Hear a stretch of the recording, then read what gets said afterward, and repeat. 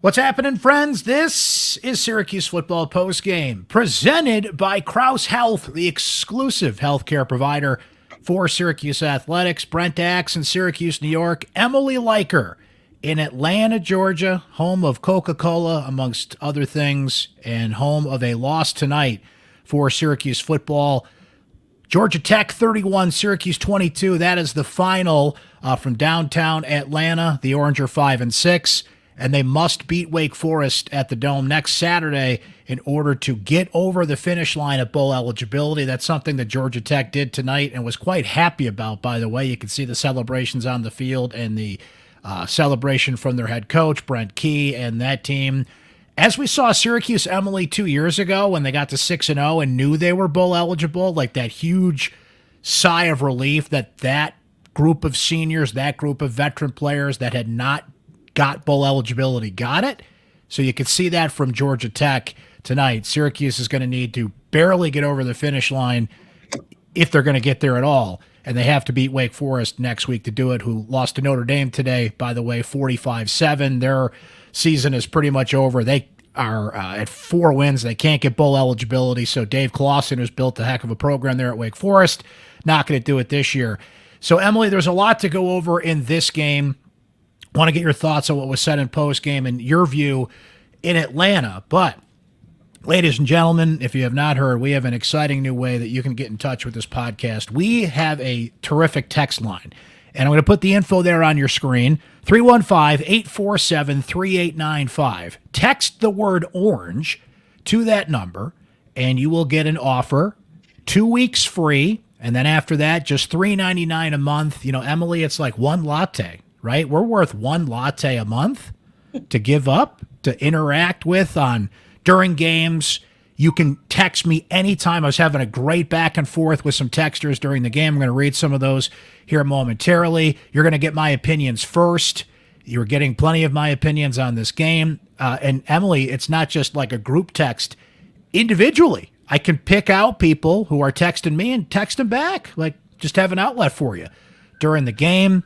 We had a lot of fun with that. We hope you can come aboard and be a part of this growing texting community that we have, the Syracuse Sports Insider line. You get priority on not only this podcast, but on Syracuse Sports as well. So all the info there at the bottom of your screen. Just text the word orange to 315-847-3895. And Emily, before we get to you and your thoughts on everything, as we mentioned, our texters get priority here.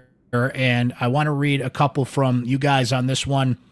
I asked how they were feeling after this game, this 31-22 loss, and the situation going into next week with Wake Forest and the must-win there.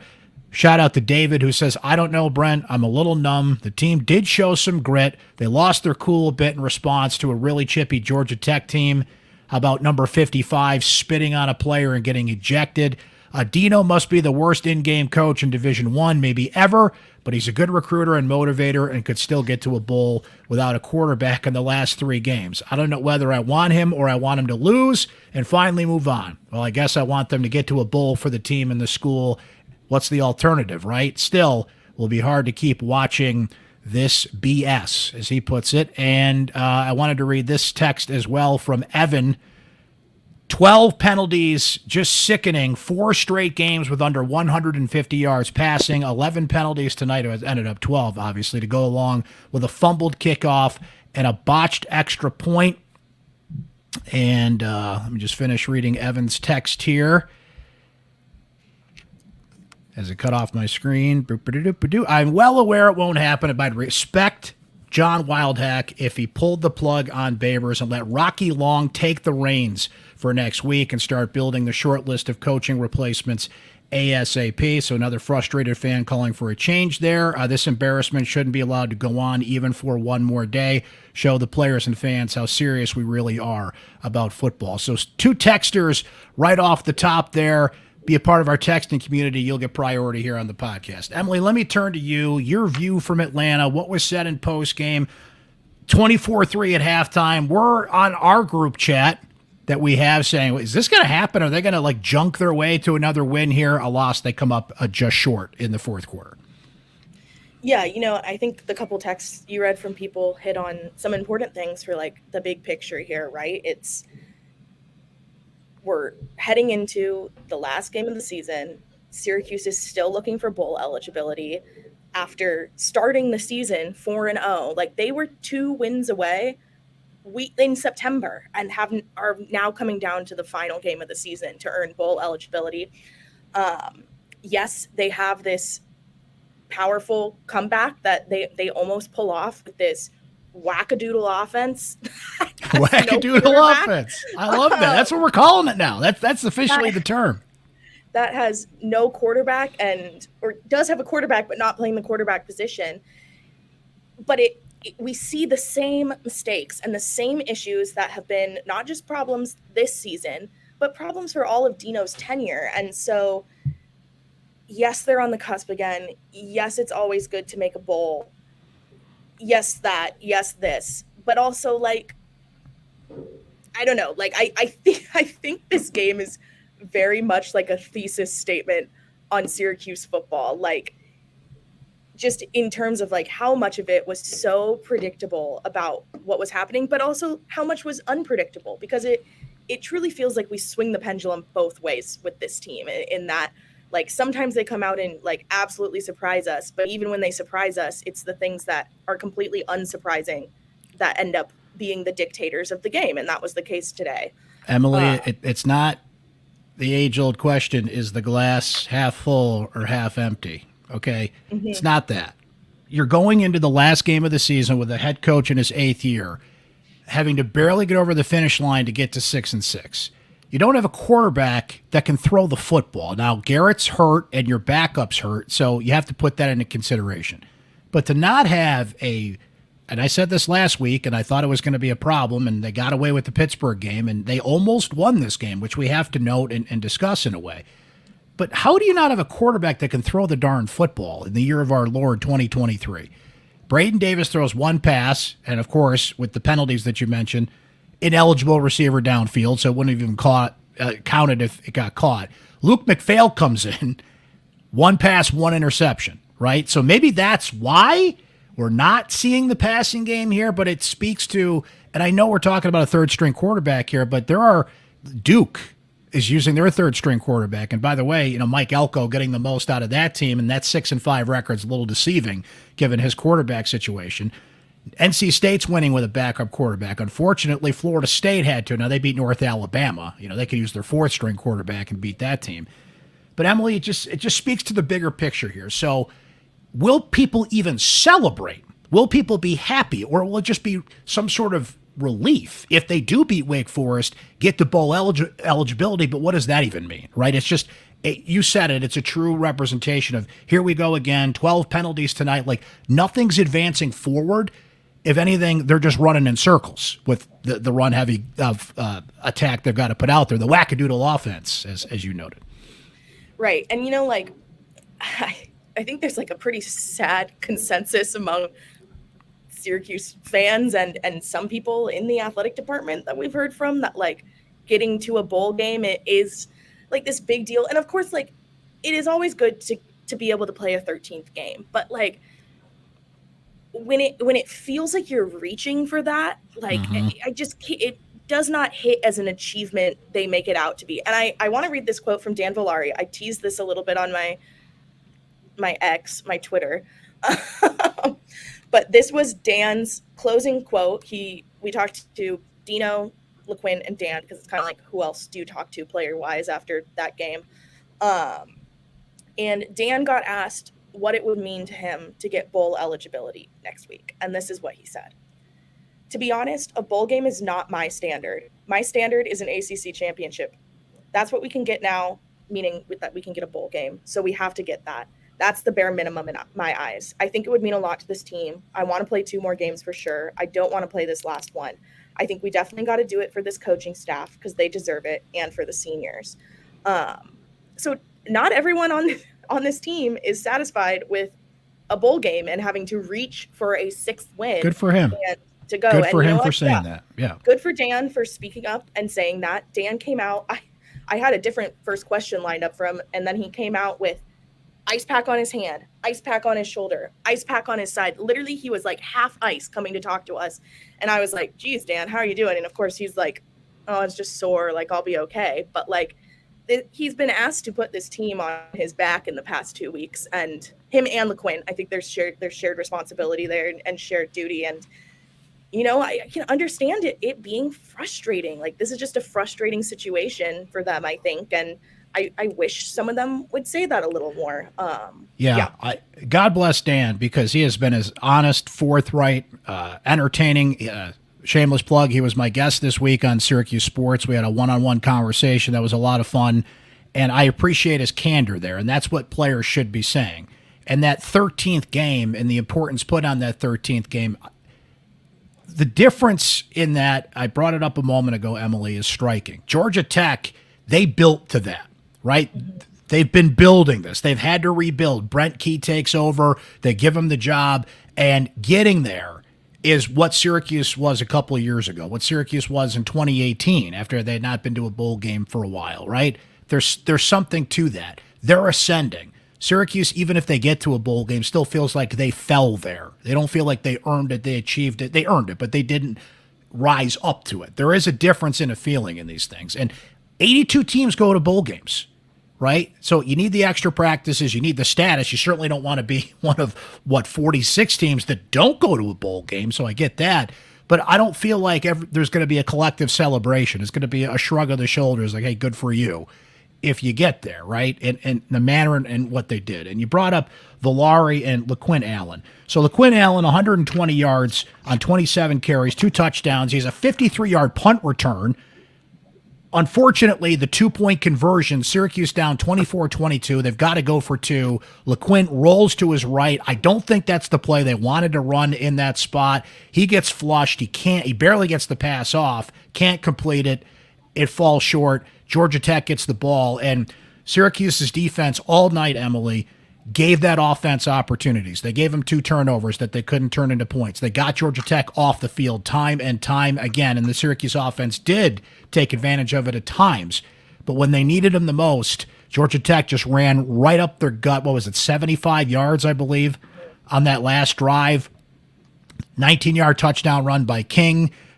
And the theme of this team in the Dino Babers era, frankly, but particularly the last couple of years, penalty strike again. Syracuse helped Georgia Tech get up the field a couple of times there. So, look, Villari and Allen are taking on the lion's share of this offense. Allen's in the Wildcat running this thing.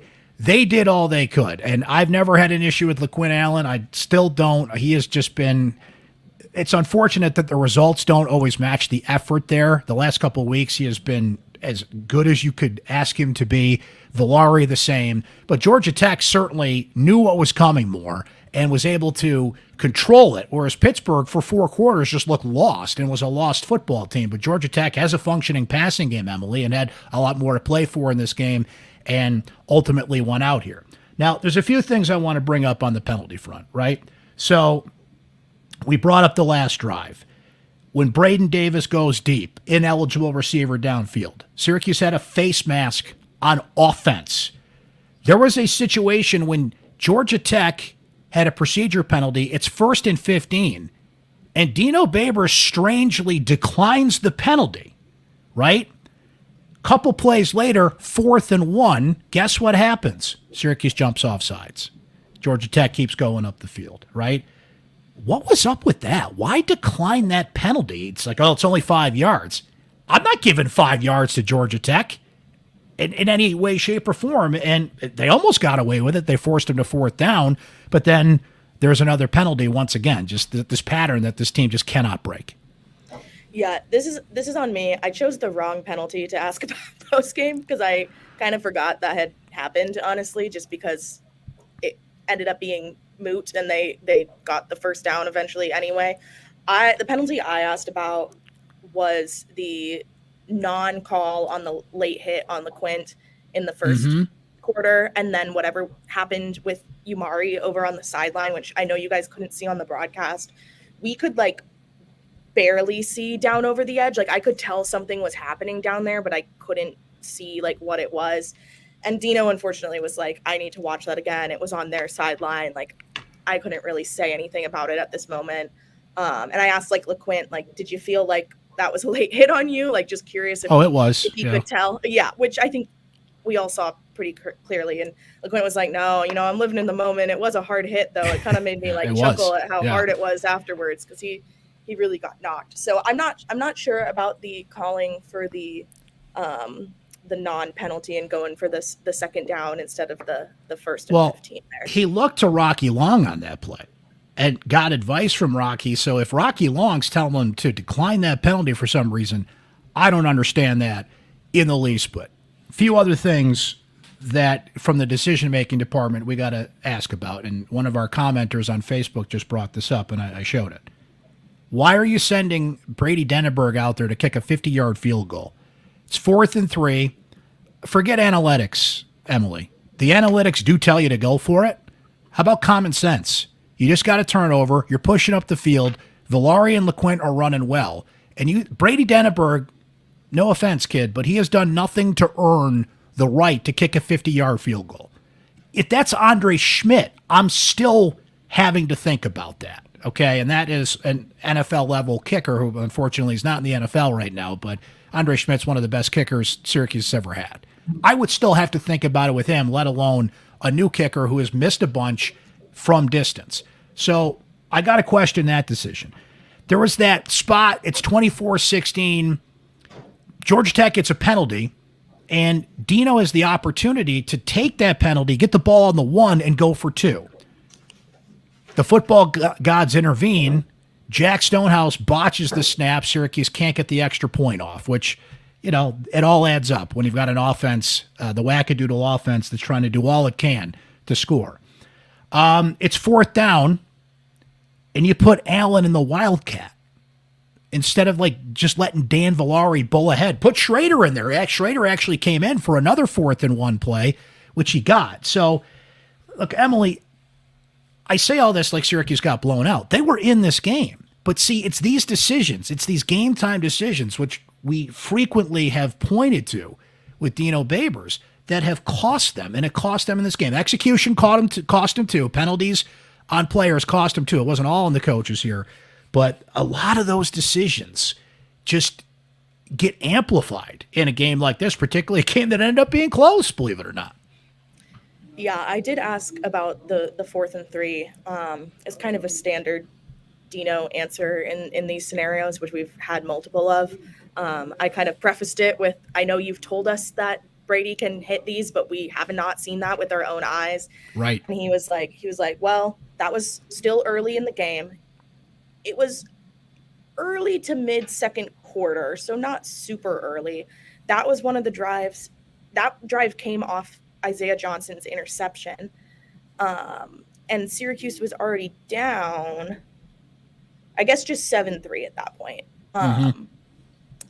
And he was like, Dino was like, well, Brady had the length on it. It was wide right? And it was wide right, I believe. So I affirmed that. Yes, it was. Yep. So I don't know. It's weird. It always just seems to be like, it's too early in the game. We're not going to go for it. And I don't know. That just seems to be his mentality about it. And I guess he does not want to change that mentality about it. Which I don't understand, especially at this point and where they're at, not only as a team this year, but where they're at in his tenure. And it's just, it's Groundhog Day in a way. It's a lot of the same things that keep coming up. Emily, what are some other things that jumped out to you here before we listen to some voicemails and wrap things up here? Just like we said, there's a lot of little things that added up. The penalties. Georgia Tech knew what was coming, but Syracuse still pushed them to the brink. We mentioned the defensive failings late, but this is a defense that I think, another common thing for this team, kind of held its own long enough in this game, excuse me, and gave this team opportunities here. But maybe what were some other things said in postgame or a couple other things that jumped out to you about this one? Yeah, honestly, with it being another weird offensive game and it being both offensive players who were requested and who came out, it was very offense heavy post game. I would say the few interesting things we haven't really touched on. I asked everyone about or I asked both LeQuint and Dan about Braden Davis and going out there with him and having him in the play calling role that Shrader was in last week, where he's quarterbacking from the field and like giving the O-line the calls, but isn't actually doing stuff under center. And they were both highly complimentary of the way he kind of stepped in and did that aspect of the job. And obviously that was his first collegiate game that he's like appeared in, really. I believe he like played a drive early in the season for Syracuse, but this was like the first time that he was in early and like actually had it mattered. So they were very complimentary of him. Obviously, I know fans were frustrated by some of the stuff that happens, but that is worth noting with him. He's a young kid. He's a transfer. They sent him in there because they felt good about it. Ran this offense again, not because of Georgia Tech's bad rushing defense, but legitimately just because it's the only healthy players they have, and they need to lean on Allen and Villari. That's what Dino said. I asked him kind of point blank. I was like, did this have anything to do with what Georgia Tech's defense was showing, or just what you have? He did say that Shrader was less healthy this week than he had been going into Pitt, which makes sense because you played him in a game that you probably didn't want to play him in, with whatever specific injury it is that he has going on with his throwing arm and throwing shoulder. And then I think just kind of the third and final thing, I did ask why put McPhail in and have him throw that pass at the very end of the game. Why not? Yeah. He apparently, of the quarterbacks they had available, which again was McPhail and Davis, because Shrader can't throw and Carlos was not here, which we didn't mention yet, but Carlos, whatever injury he has, kept him back in Syracuse for this game. McPhail knows the 2-minute drill offense the best, which makes sense. He's been around longer than Davis has, but just kind of an unfortunate circumstance to have to stick him on the field. We should note, by the way, Carlos Del Rio-Wilson didn't even travel to this game. If people were wondering why they didn't go to him, he wasn't even there. He wasn't even available. That lower body injury that he suffered against Boston College was not in the Pitt game, and didn't even travel for this game. So I would, assuming there's a reason the first letters of that word are what they are, but I would assume he's not going to be available next week if he didn't even travel with the team. Yeah. But we shall see. Both quarterbacks not available to the media last week, and we'll see how this week goes in that case. All right, to the voicemails we go. Now, I don't want to confuse the people out here. Our voicemail line is different than our text line, okay? The voicemail number you see on your screen at 315-552-1964. That's our voicemail line we've been using here on the post-game show, and a couple of them came in, starting with Jermaine. Hey, Brent, it's Papo Jones. That's my new name. Nah, just kidding. It's Jermaine. Jermaine Crowder. You know me from watching the platform, but I got to say, we still got one more chance at bowl eligibility next week. If we don't get it, I guess this might be Dino's last year. I really love, I'm really going to, if this is his last year, I'm really going to miss him,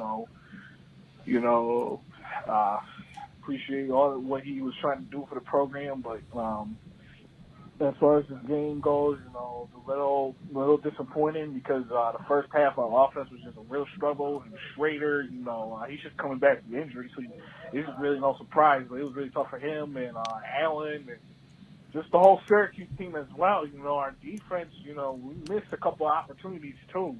But overall, I just feel, the Syracuse team, we're going to have to find a way to rebound next season.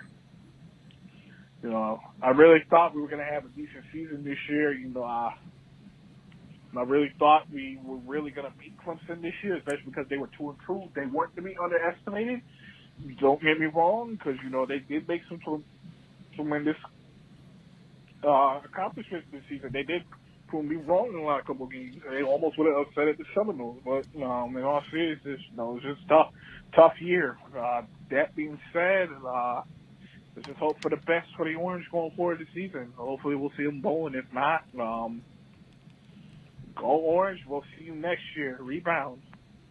I like the long pause at the beginning and how Jermaine went back and forth a lot there. Emily's like, well, maybe they get to a bowl game, but they could have done this. Like he's trying to talk himself into thinking there's still something to play for, and technically there is for this team next week.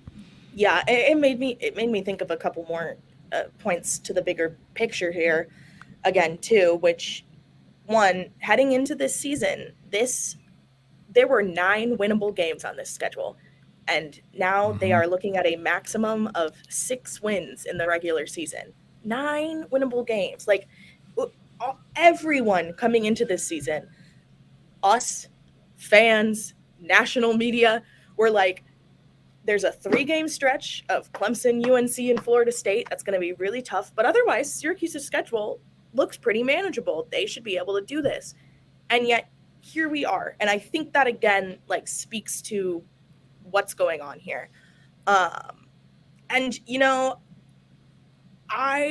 it feels like a lot of people, just from hearing that reaction and then seeing people online, are pretty resigned that if Syracuse gets that 6th win next week and makes the bowl, then it's just, okay, we're going to keep on keeping on and things aren't going to change. And maybe this is putting too much stock in Syracuse athletics and Jim Wildhack, but I think just the responses they've got from people, and looking at the fact that this should have been a 9-3 season, looking at the fact that even the games against their peer schools have gone this way, and that they're dealing with the same issues again and again. Like, I don't know, maybe Wildhack will see what's going on here. Well, I feel like this is why we've got to be careful. And I remember saying in the beginning of the season in some of our preview shows, like, if you get to 6 wins, how could you not go forward? How could you not give a contract extension, et cetera, et cetera? The lesson is you got to see, and the bigger word here, Emily, is you got to feel what it looks like, right? What does it look like? How did you get there? What does it feel like, right? And even if they win and the feeling is relief that you avoided being a sub-500 team, then what does that say for a coach at the end of his 8th year, right? A couple more voicemails, though, including this one from Andre. Yes, Brent, this is Andre in Syracuse. Hey, so I just watched the last part of this game, and I was just trying to figure out, how do you expect the third-string quarterback to make any plays if he doesn't get any playing time? I mean, both quarterbacks are injured and not throwing the ball, the 1 and 2, which is Del Rio and Shrader. So I'm just trying to understand, why hadn't McPhail got any throwing, any playing time whatsoever? He's the only passing quarterback you got. So just let me know why he wouldn't get any playing time and then be expected to make plays down the field at the end of the game. Thank you. Andre, it's a fair question. Maybe not Luke McPhail. Unfortunately, we saw, what he did when he came in. There's a reason he's the 4th-string guy. But how can Braden Davis only throw 1 pass in this game? Emily, he was on the field as a wide receiver. They actually put him on the field. I don't know how many snaps he got, but it was a bunch. And, I mean, we're talking about, 8 to 10 throws. He's not capable of 8 to 10 intermediate throws. We're not telling him to chuck it down the field. And the 1 pass he did was a deep shot to the end zone. I can't fathom that Braden Davis is not capable of throwing 8 to 10 intermediate passes. And if he's not, he's not. But they're in a desperate situation. Why would you not put him in there to at least see desperate times call for desperate measures? And knowing that Del Rio-Wilson was out, knowing, of course, the last few weeks that Shrader's in the situation he's in, I guess you can't rush development on certain guys. If they're not ready, they're not ready, and he's a young player. But, man, how does he throw 1 pass in this game? I'm still befuddled by that. Look, I mean, Syracuse is going to have to go to the transfer portal this offseason for a quarterback. They need to bring in someone veteran.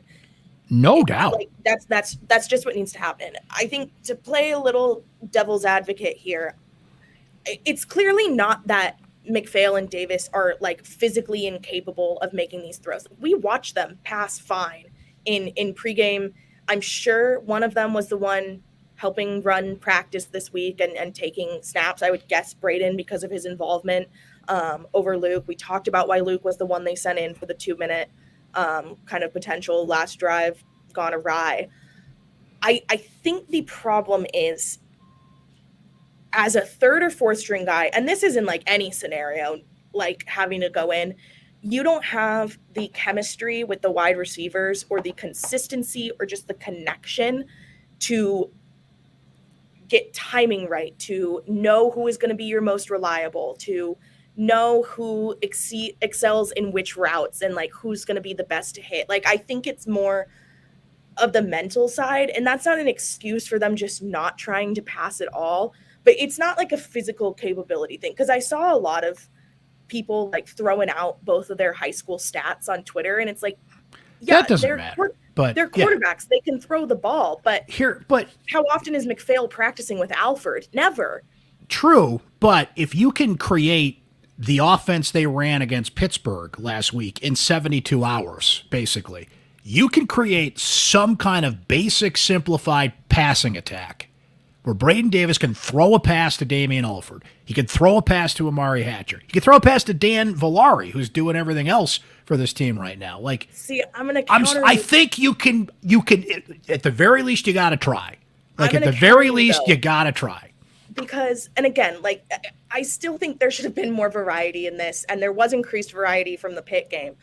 But again, like, you can put the concepts in place, but not knowing the receiver does not mean the concept's going to go over well when that receiver's in coverage and all of that stuff. Like, you can write up like, okay, Braden, we want you to throw to Alford on the 5-yard out route or whatever. If he's in coverage and Braden doesn't have the experience with him to make sure he's hitting him in that right spot. I think it's also why Shrader was struggling early in the season, is that he lost his most reliable target, like the guy that could most consistently catch the ball, the one he knew the best. And so it is frustrating to watch, and I get that. And like, it's just as frustrating for me to watch football that's for the most part just 2 to 3 yard runs. It's not the most exciting. But I also don't think it is as simple or like as black and white as like, why are they not throwing the ball? And Emily, I'm tapping my right arm because I'm going to the bullpen. We're bringing in the closer, the one and only, Rockin' Ron. Hey, Brent, it's Rockin' Ron of Florida. Just want to let you know, yes, there is 2 halves to a game. First half, they look terrible. Second half, I give a lot of credit, especially to LeQuint. He's done a beautiful job tonight. But I'll tell you, the tackling is not good. And when we're not going to win tonight, tell you right up front. And the other thing, next week we play a tougher D, and they're going to stack the line. If we don't have a quarterback that can't pass, turn out the light, the party is definitely over. And if that's the way it is, goodbye, Dino. Yeah, Rockin' Ron. Think, my friend. Bye. Closing it out, as always. Now, I got to disagree with Rockin' Ron. I don't think Wake Forest is a tougher team than what they saw tonight. But his point is taken. About 2 weeks of this, Syracuse is struggling in a lot of ways, and if Wake Forest is going to pull it off, they certainly have a lot of advantages to do what Georgia Tech did and what Pittsburgh couldn't a week ago. Motivation's a huge factor next week. What kind of crowd is there going to be at the Dome? Students are out of town for Thanksgiving weekend. It's not going to be a very motivated local crowd to get in there. Certainly, Wake Forest, yeah, their season's over in a sense, but they probably want to go out with a win. And Dave Clawson still has that team, in hand, and I think they're going to come in and play hard. Georgia Tech, Wake Forest, Clawson and Babers are friends, right? So there's a respect factor there. But Emily, I mean, we're not going to answer that question until next week, as Emily's on the move as we close out the post-game show here in the Georgia Tech press box there. Final thoughts before we close out there as you're on the move, ready to close out the night in Atlanta. Yeah, I mean, I think we hit on a lot of it. It's just, yes, they can still get that bowl game they want next week. But like, is that enough for this program? Is that enough for the players on this team? Is that enough for Dino to keep his job? Is that enough for this fan base and the alumni that are watching these games every week? And I don't know that it is, because you look at how they got here and it's just not pretty compared to how people thought this season could go. It's going to be a fascinating time here in the next week to answer a lot of these questions that are out there. We thank you for watching and listening to Syracuse Football Postgame presented by Krause Health. Once again, we would love for you to be in our Syracuse Sports Insider Text Club, 315-847-3895. That is the number. Text ORANGE to that number. Try it for 2 weeks, absolutely free. Just $3.99 a month. $3.99 a month. After that, you can text me directly. My opinions first. First reaction to breaking news, opinions, things that are out there. Text me during games, as our early members of the text club we're doing tonight. All kinds of fun stuff that will keep you updated as the weeks go here, including priority in your take on this post-game show, the basketball post-game shows, and the Syracuse Sports Podcast as well. Emily, thank you. We will catch up with you soon, of course. Look for Emily's coverage on syracuse.com from this game and going into next week with the season finale, regular season finale, question mark, which one will it be? The Orange taking on Wake Forest next week, but for this one, they lose to Georgia Tech 31-22. This has been Syracuse Football Postgame presented by Krause Health, the exclusive healthcare provider of SU Athletics. We'll catch you next